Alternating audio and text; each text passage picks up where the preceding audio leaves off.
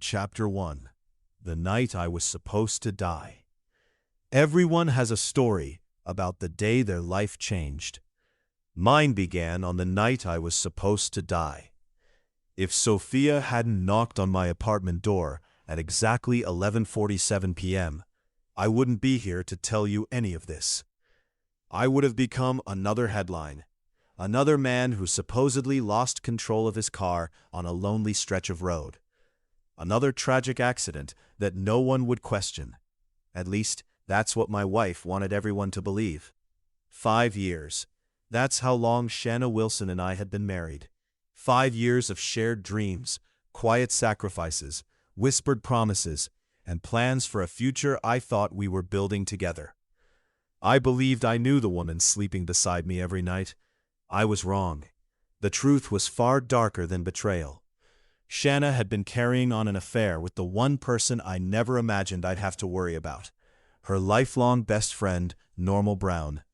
Their relationship had crossed every line a marriage could survive, and before I had any chance of discovering what they'd been hiding, she was already planning something far more permanent than divorce.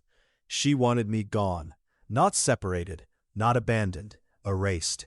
According to the plan, I would leave work late one evening, take my usual route home, and somewhere along that empty highway, my car would never reach its destination. Investigators would call it a tragic accident.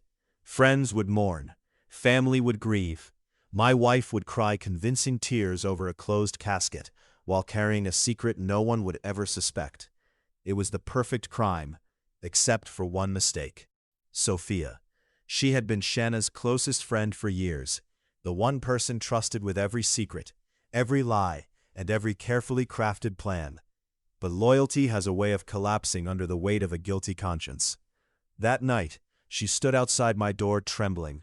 Her face was pale, her eyes swollen from crying. She looked over her shoulder twice before I even unlocked the door. "You can't go to work tomorrow," she whispered. I laughed nervously. "What are you talking about?" She grabbed my arm with both hands. "I'm serious, Cliff." There was something in her voice I'd never heard before.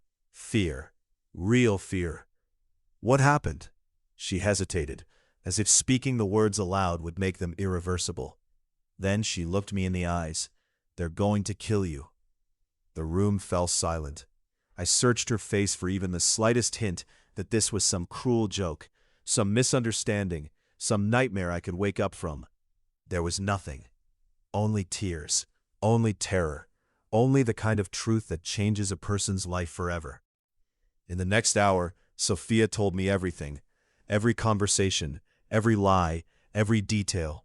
When it was supposed to happen, how it was supposed to happen, who had agreed to make sure I never made it home. By the time she finished, the man staring back at me in the reflection of my living room window wasn't the same man who had answered the door. That man still believed in trust. The one standing there now believed in only one thing. If they were willing to write the ending of my story, then I would write a new one. And this time, they would never see it coming.